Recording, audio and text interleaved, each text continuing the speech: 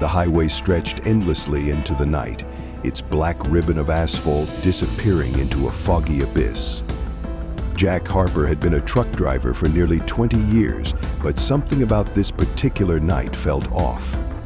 The radio crackled faintly, the static and snippets of country music doing little to keep him company. His 18-wheeler rumbled along the empty road, the headlights cutting through the mist, revealing nothing but the occasional road sign and barren trees swaying in the wind. It was nearing 2 a.m. and the weight of exhaustion pressed heavily on Jack. He sipped from his thermos of lukewarm coffee, grimacing at its bitter taste. The thought of pulling over to rest briefly crossed his mind, but he dismissed it. The delivery deadline loomed, and he'd driven this route dozens of times before. He told himself it was just another long haul, even as the uneasy quiet of the night seemed to seep into his bones. The road was unusually empty, not another vehicle in sight for miles. Jack couldn't help but glance into his rearview mirrors occasionally, half expecting to see headlights trailing him, but there was nothing, just an oppressive darkness that seemed to swallow everything beyond the reach of his taillights. Then he saw her. At first, Jack thought his eyes were playing tricks on him. A figure emerged in the distance, faint and wavering in the fog. As his truck drew closer, the shape solidified into a young woman standing by the side of the road. She wore a thin dress and a scarf, her arms crossed tightly against the cold.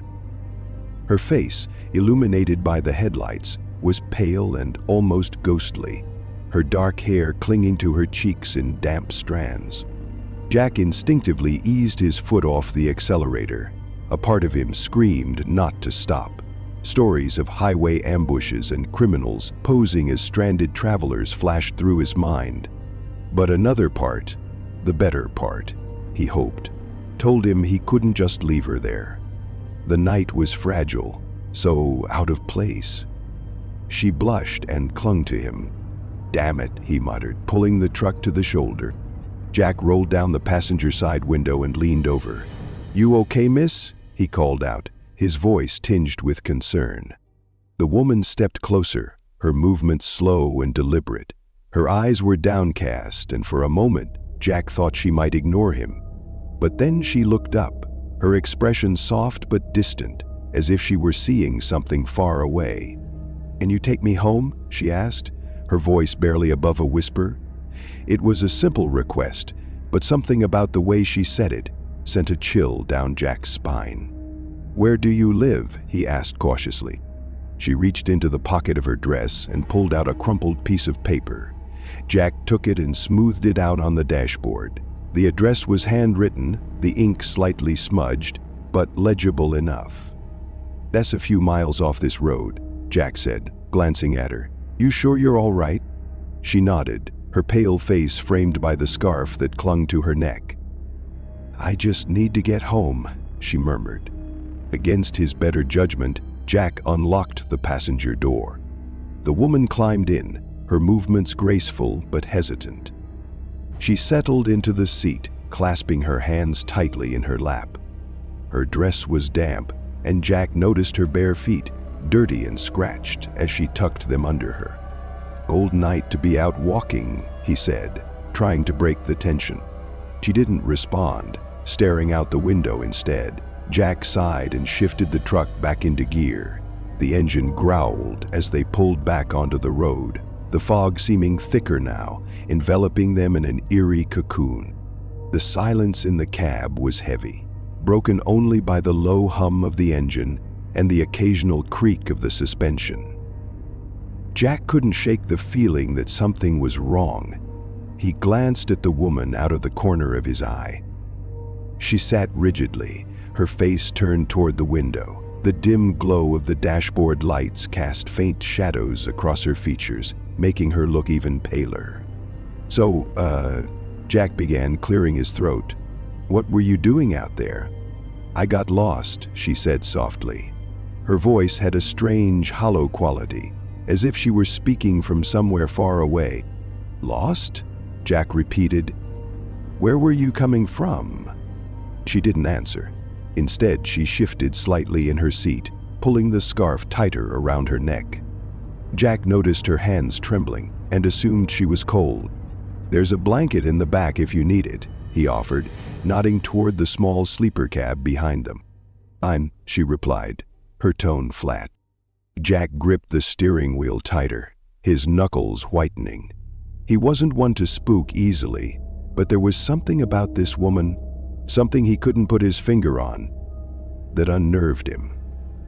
He decided to focus on the road, telling himself he'd drop her off and be on his way soon enough. Minutes passed in uneasy silence. The fog grew denser, and Jack found himself leaning forward, squinting to see the road ahead. The woman suddenly spoke, her voice startling him. "Be careful on this road." Jack glanced at her, his heart skipping a beat. "Why do you say that?" She didn't answer, her gaze fixed on the window. Jack felt a cold knot form in his stomach. He wanted to press her for more information but decided against it. Something about her demeanor told him he wouldn't get a straight answer. As they drove, Jack noticed something peculiar. The headlights illuminated the fog ahead, but the further they went, the denser and more impenetrable it seemed. The trees lining the road appeared warped, their branches twisting into grotesque shapes that clawed at the sky. The oppressive silence outside the cab felt almost alive, pressing in on them like a physical force. Jack shook his head, trying to dispel his growing unease. He turned the radio dial, hoping for some music or even static to break the silence, but all he got was an unsettling hiss. With a frustrated sigh, he turned it off. "Almost there," he muttered, more to himself than to her. He glanced at the address again and realized they were only a few minutes away. The woman turned to him suddenly, her eyes wide and filled with an emotion Jack couldn't quite place. Fear? Sadness? "Thank you," she said, her voice barely audible. Jack nodded, unsure of how to respond. Something about her expression made his throat tighten. He kept his eyes on the road, the tension in the cab thick enough to cut with a knife. Finally, the truck's GPS announced their arrival. Jack slowed down, scanning the side of the road for the address. The house came into view, an old, weathered structure partially obscured by overgrown trees. It looked as though it had been plucked straight out of a ghost story, its peeling paint and sagging porch giving it an air of abandonment. Jack pulled the truck to a stop and turned to the woman. "Here we are," he said. But the seat beside him was empty. Jack's breath caught in his throat as he stared at the vacant passenger seat. His hands trembled slightly as he ran them over the worn fabric, hoping to find some evidence that she had been there. But there was nothing. No indent, no lingering warmth. The door was still locked, just as he had left it. Lupids. "What the hell?" he muttered under his breath, his voice barely audible over the sound of the engine idling. He climbed out of the truck and approached the house, the gravel crunching under his boots.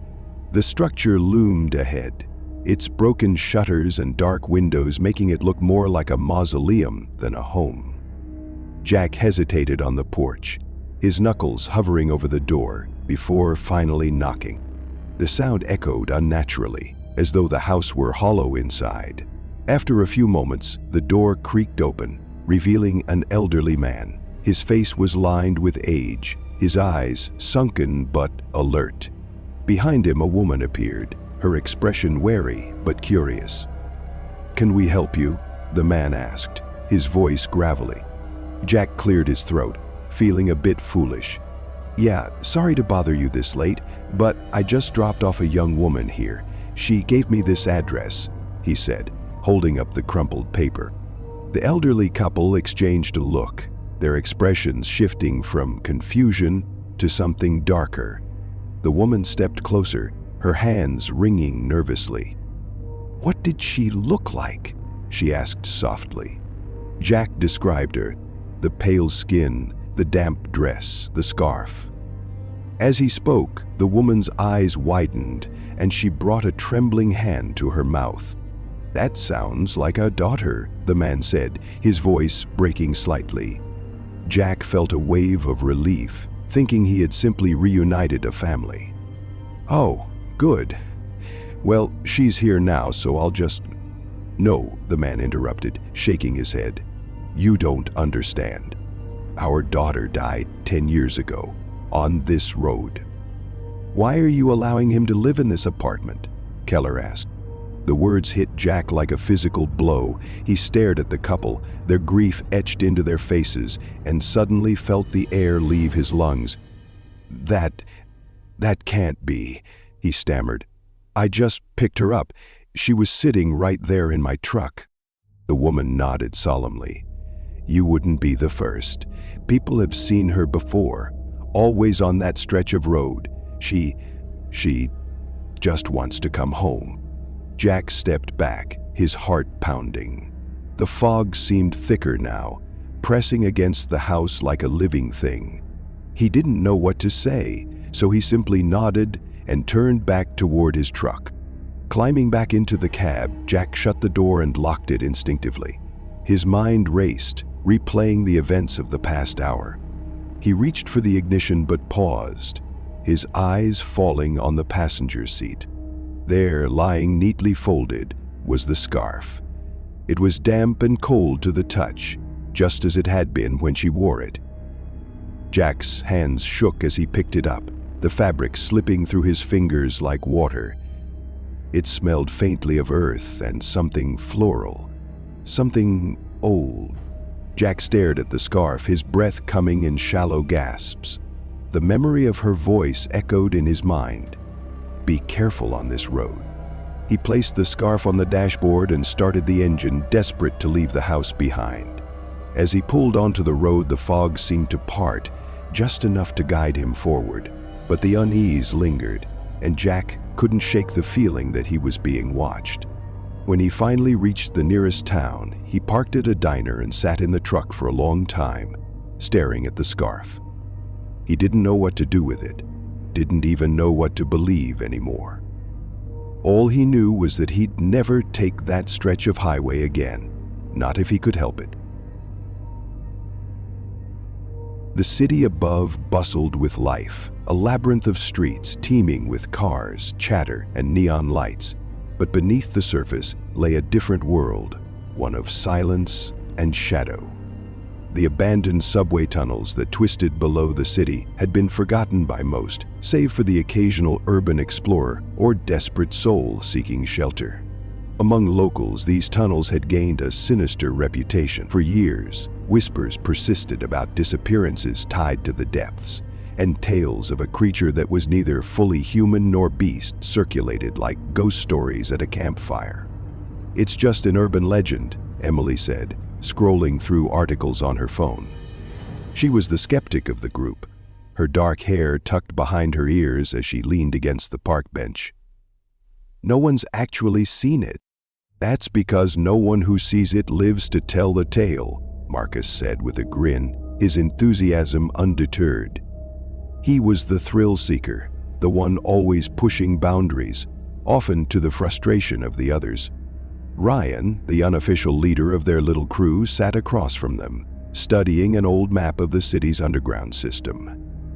"If we're doing this, we need to stick together. No wandering off, no stupid dares. Agreed?" "Hey!" Mia, who had been quiet up to this point, shifted uneasily. Her green eyes darted between the group. "I still don't think this is a good idea." "People have gone missing down there," said Pollyanna. "God's curious patience do you find, darling?" "Exactly why we need to check it out," Marcus said, slinging an arm around her shoulder. "Come on, Mia. Think of the views on our channel. The night we face the urban cave creature, it'll go viral." Mia shrugged him off but didn't argue further. The plan was already set, and she knew Marcus would do it, with or without her. That night, the four of them gathered at the entrance to an old maintenance tunnel. Armed with flashlights, cameras, and just enough courage to mask their fear, they slipped through the rusted gate and descended into the darkness. The air grew colder as they ventured further into the tunnels, their footsteps echoing off the damp walls. The once vibrant graffiti near the entrance gave way to faded scrawls and ominous symbols. The beams of their flashlights barely penetrated the heavy darkness, revealing only glimpses of the cracked concrete and rusted rails ahead. "Anyone else feel like we're walking into a horror movie?" Mia whispered, clutching her flashlight tightly. Marcus chuckled. "Relax. Worst thing down here is probably a rat." Emily's eyes darted to the shadows. "Yeah, let's hope it's just rats." Ryan led the way, map in hand, occasionally stopping to check their bearings. "We're heading toward an old section that hasn't been used in decades. Should be where most of the stories come from." "Stories?" Mia asked, her voice trembling slightly. "Disappearances, mostly," Ryan said matter-of-factly. "People say the creature lives deeper in, but no one knows for sure. Or maybe it's all a load of crap," Emily added, trying to sound confident. The group pressed on, the tunnel narrowing slightly as they ventured deeper. Strange noises began to punctuate the silence, the distant drip of water, the faint rustle of something unseen, the occasional groan of shifting metal. Each sound made them jump, though no one dared to admit it. Finally, they reached an intersection where the walls were marked with deep, jagged grooves. Marcus ran his hand over one, whistling softly. "That's not from a rat." Using the grenade launcher, "Maybe someone brought tools down here to mess with explorers," Emily suggested, though she didn't sound convinced. Ryan knelt by the ground, his flashlight illuminating a pile of bones. Some were yellowed with age, others disturbingly fresh. The smell of decay hung in the air. "What the hell?" Mia said, backing away. Marcus leaned in for a closer look, grinning despite the unease on his face. "All right, now it's getting interesting." "We should leave," Mia insisted. "Now!" Ryan hesitated, torn between caution and the thrill of discovery. Before he could decide, a sound echoed through the tunnels. A low, guttural growl that froze them all in place. The growl was followed by a series of rapid, skittering noises, like claws scraping against concrete. The group huddled together, their flashlights darting across the darkness in search of the source. "What was that?" Emily whispered, her voice shaking. No one answered. The sound grew louder, closer, echoing off the walls and making it impossible to pinpoint its direction. "We need to go," Ryan said, his voice firm. But before they could move, two glowing eyes appeared in the darkness ahead, reflecting the light from their flashlights. They were too high off the ground to belong to a rat, too far apart to be human. The creature emerged slowly, its grotesque form illuminated in fragments, elongated limbs, matted fur, claws that glinted like knives. It let out another growl, its lips peeling back to reveal rows of jagged teeth. The group froze in terror, unable to process what they were seeing. "Run!" Ryan shouted, snapping them out of their paralysis. The group scattered, their panicked footsteps echoing wildly. Emily and Ryan sprinted down one tunnel, while Marcus and Mia took another. The creature moved with unnatural speed, its skittering steps reverberating through the labyrinth. Emily's chest burned as she ran, her flashlight bobbing wildly. Ryan stayed close, glancing over his shoulder to make sure the creature wasn't following them. A distant scream echoed through the tunnels, making them both stop in their tracks. "Marcus?" Emily called out, her voice breaking. Ryan grabbed her arm. "We can't stop. We have to keep moving." They turned a corner and saw a faint light ahead, an emergency exit sign. Renewed hope propelled them forward, but the skittering noises were back, growing louder with each passing second. They reached the ladder and scrambled up, Ryan pushing Emily ahead of him. As she climbed, she glanced down and saw the creature's glowing eyes at the base of the ladder. It lunged upward, its claws scraping against the metal, narrowly missing Ryan's foot. They burst out onto the street, gasping for air. The city lights felt surreal after the oppressive darkness below. For a moment, neither of them spoke, too shaken to process what had happened. "Where's Marcus?" Emily finally asked, her voice trembling. Ryan shook his head, unable to answer. The police listened to their story with skepticism, but agreed to search the tunnels. The next day, a team descended into the depths, but no creature was found. The searchers did, however, discover a disturbing trail of blood leading into an unexplored section of the tunnels. Marcus and Mia were officially listed as missing. The authorities chalked it up to a tragic accident, dismissing the teenager's account as hysteria. But Emily and Ryan knew better. They'd seen the creature, felt its presence, and barely escaped with their lives. They stopped exploring after that, the thrill of adventure forever replaced by the memory of glowing eyes in the dark. A week later, a maintenance worker ventured into the tunnels to inspect a reported power outage. As he worked, a faint skittering noise reached his ears. He turned, shining his flashlight into the darkness. Two glowing eyes stared back at him before the light flickered out, leaving the tunnel in complete silence. It was a quiet night in the suburbs, the kind where the world felt still, and the only sound was the occasional rustling of leaves in the breeze. Hannah, a college student, walked briskly down the empty sidewalk, clutching her bag to her chest. She had stayed late on campus to finish a group project and was now heading home. The street lights cast long shadows, and the familiar houses lining the street seemed eerily silent. She'd walked this route dozens of times before, but something about tonight felt different. She couldn't shake the feeling that she was being watched. Dismissing the thought as paranoia, she picked up her pace, her sneakers scuffing against the pavement. Just a few more blocks to her house, she told herself. But then she saw him.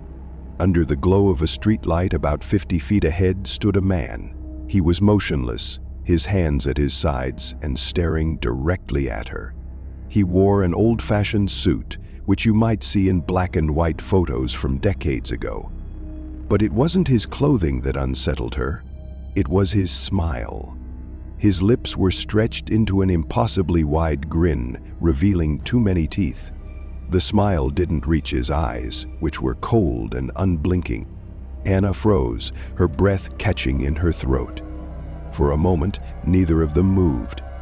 She thought about crossing the street, but something told her not to turn her back on him. Instead, she took a hesitant step forward, then another, keeping her eyes on him the entire time.